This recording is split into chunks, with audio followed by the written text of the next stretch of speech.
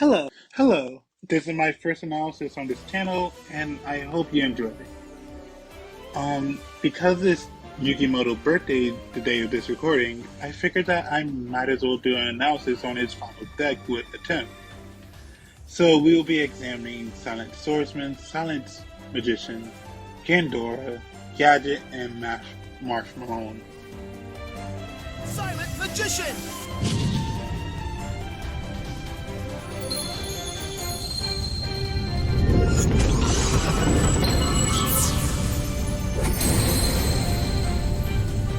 Starting off who I find to be one of the most important cards in Yugi's final duel deck, being Silent Magician. Silent Magician represents many things to me when it comes to Yugi Muto. One can view this deck in two ways, one being representation of itself, and a representation of its bonds with characters. When it comes to Silent Magician, I believe the bond connection comes from him and Taya. It represents Yugi as well. Taya connection starts from the original Yu-Gi-Oh series, or Yu-Gi-Oh! Zero for those who only watch the anime. Silent Magician's first appearance wouldn't be in the final duel with Atem, but in fact would be in the first duel where Yugi Muto stands up for himself, his Dungeon Dice Monster duel with Duke Devlin. But this wouldn't be the first time of this, design for a Silent Magician. In fact, Silent Magician level 4 design will come from Taya and Bakura in the final game against Bakura in Yu-Gi-Oh! Zero, or the original Yu-Gi-Oh! Series. Silent Magician level 4 effect is to get stronger with each draw, and I feel this represents Taya, as Atem actually has gotten them to draw together closer, if you want to look at it in a corny way. But that's mostly how I see it. That Silent Magician is, supposed to be Taya, while Silent Swordsman is supposed to be Joey in a sense, when it comes to the bond connection. As for how it represents Yugi, I feel that it represents how he is acute and strong, but it takes a lot for him to get to this point. And I think it better represents how he was in, Battle City. How he was acute and strong-willed, but wouldn't let anything back him down. For example, his duel with Arcana, and his duel with his best friend being possessed. In both duels, he didn't let down his morals. He never once decided to let someone die. My monster's effect activates!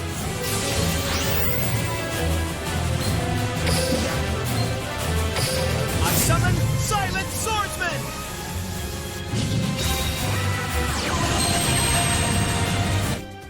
Silent Swordsman represents Yugi just as well as Silent Magician, but it's also the bond connection between Yugi and Joey. Joey tends to duel with warrior-type monsters, and as time gone on, Yugi and Joey bond has grown stronger together. We can even see that by Yugi admitted of his love for Joey.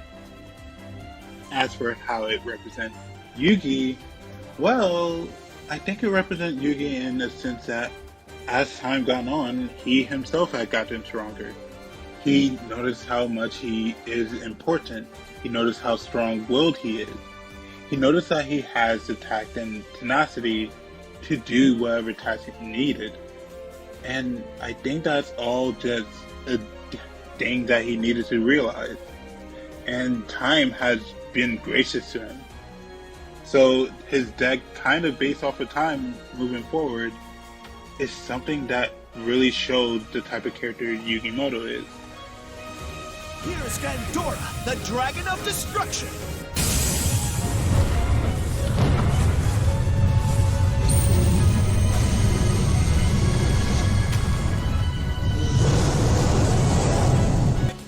Now we go to Gandora. Gandora represents Yugi in that while Yugi appears weak, he has a strong, determined will to do what he wants.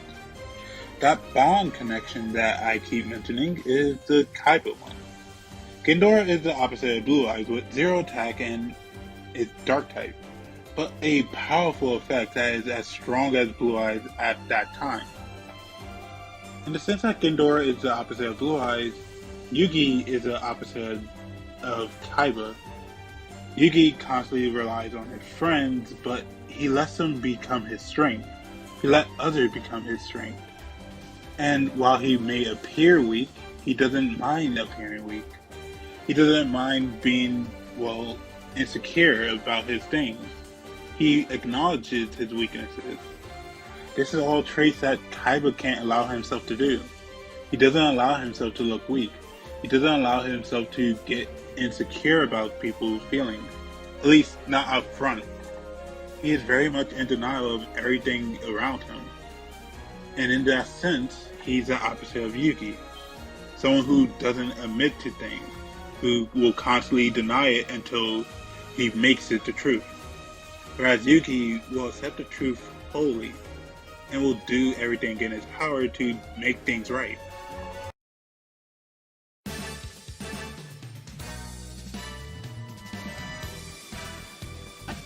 Marshmallow is that one card you kind of forget about that Yugi used in his final duel against, Atem and Bakura. It represents Yugi's resilience and tact. The many times he took a beating for others, but never letting people have their way. The bond connection is, tricky. It could be Tristan or Bakura. Both are friends that, when needed, help Yugi. Like Bakura against Yami Bakura, or when Yami Bakura gave Yugi confidence against his duel in Duke Devlin.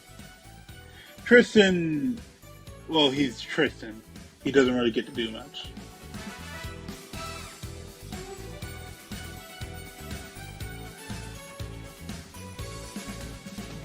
Now moving on to gadgets, it represents how Yugi put the pieces together of the Millennial Puzzle all by himself. This also applies to magnets in a sense. As if pieces in a puzzle to just be put together, these cards are, all meant to be together and used together to be a powerful force. Gadgets once all together, red, yellow, and green, and you use a trap card. As for the bond connection, it's actually Grandpa Moto or Solomon Moto. Grandpa Moto runs a game shop, which is also full of toys and knickknacks. Plus, he gave Yugi the Millennial Puzzle. He's also the one who taught Yugi everything he knows. And while he couldn't figure out the Millennial Puzzle, I cannot say this word for the life of me, I'm really sorry. He still was the one who teaches Yugi about the heart of the cards. In the anime.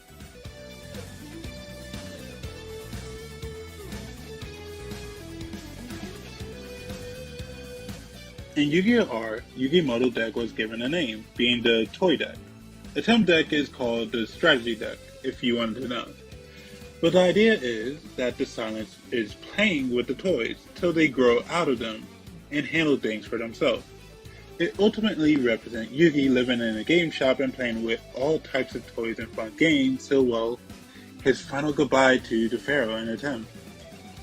Yu-Gi-Oh! Would also give another piece to Yugi Muto deck that we never really see in an anime. That being, Toy Magician. And is there anything really to say about Toy Magician? No, not really. It's pretty basic and what it represents.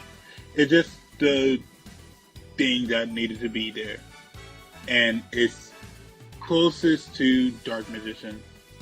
There's not really much subtlety or really anything to look into when it comes to Toy Magician. It's not really that in-depth, similar to how the Yu-Gi-Oh! Manga is.